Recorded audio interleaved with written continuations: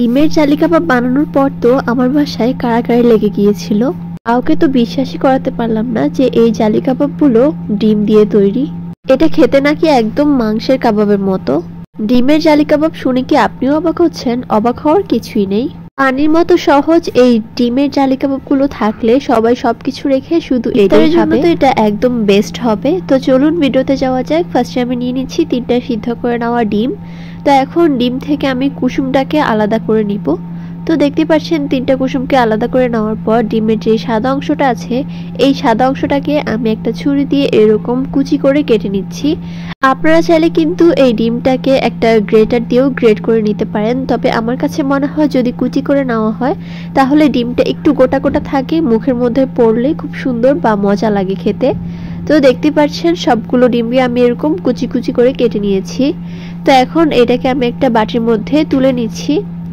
আর তারপর একই চপিং বোর্ডের মধ্যে আমি নিয়ে নিচ্ছি সিদ্ধ করে নেওয়া 3টা আলু। এখানে আমি আলু ইউজ করব। তো এখন আলুটাকে একটা গ্রেটারের সাহায্যে খুব ভালো মতো গ্রেট করে নিচ্ছি।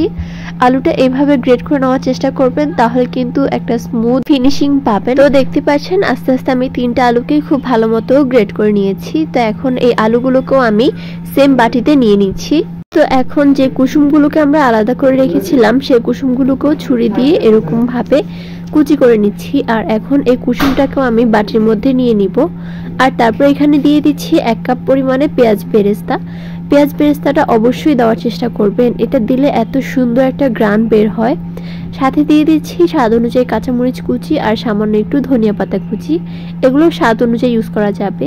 হাফ চা চামচ দিয়ে দিচ্ছি মরিচের গুঁড়া, হাফ চা চামচ দিয়ে দিব জিরার গুঁড়া। এখন এখানে দিব স্বাদ অনুযায়ী কিছুটা লবণ, লবণটা আপনারা বাড়িয়ে কমিয়ে দিতে পারবেন।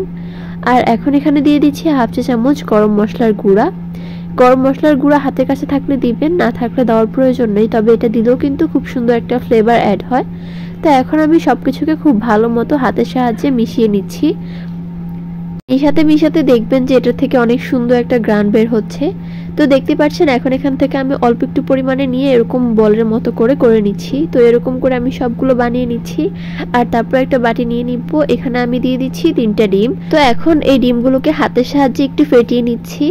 আর তারপর আমি একটা কাবাব দিয়ে দিব। আর তারপর এই কাবাবের মধ্যে আমি কাবাবটাকে আমি ডিমের মধ্যে খুব ভালো মতো কোট করে নিচ্ছি। আর তারপর চুলা একটা প্যান বসিয়ে তেলটা যখন হালকা গরম হয়ে যাবে একটা কাবাব দিয়ে দিচ্ছি। আর তারপর আমি উপর থেকে এরকম ডিমটাকে ছড়িয়ে দিচ্ছি। যেহেতু এটা জালি কাবাব বানাচ্ছি তাই এই টিপসটা ফলো করবেন। এভাবে করে দিলে কিন্তু ডিমের খুব সুন্দর জালি জালি একটা ভাব আসে, তাহলে কিন্তু দেখতে আর খেতে খুব সুন্দর হয়। তো দেখতে পাচ্ছেন এরকম ছড়িয়ে দেওয়ার পর যেগুলো সাইডে ছিল ওইগুলো আমি কাবাবের মধ্যে দিয়ে মাঝখানে দিয়ে দিয়েছিলাম।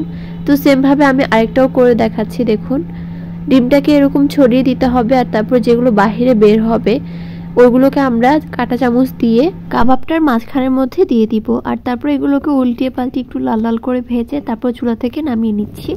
আমি একটা একটা করে দিচ্ছি আর তারপর আরেকটা করে লাল লাল হয়ে গেলে উঠিয়ে নিচ্ছি।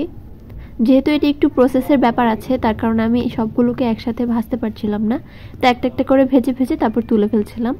তো এরকম করে সবগুলোকেই আমি ভেজে নিয়েছি। তো দেখতেই পাচ্ছেন আমার ডিমের জালি কাবাবগুলো কিন্তু একদম রেডি। কেউ বুঝতেই পারবে না যে এটা ডিম দিয়ে বানানো হয়েছে। আমার এখানে একটা ভুল হয়েছে, আরো বেশি করে বানানো উচিত ছিল, কারণ সবাই আরো বেশি খেতে চাচ্ছে। এটার ভিতরটা দেখি কিন্তু বোঝা যাচ্ছে যে এটা কতটা বেশি লোভনীয় হয়েছে। আপনারা চাইলে কিন্তু বাসায় এরকম রমজানে ইফতারের জন্য বানিয়ে নিতে পারেন।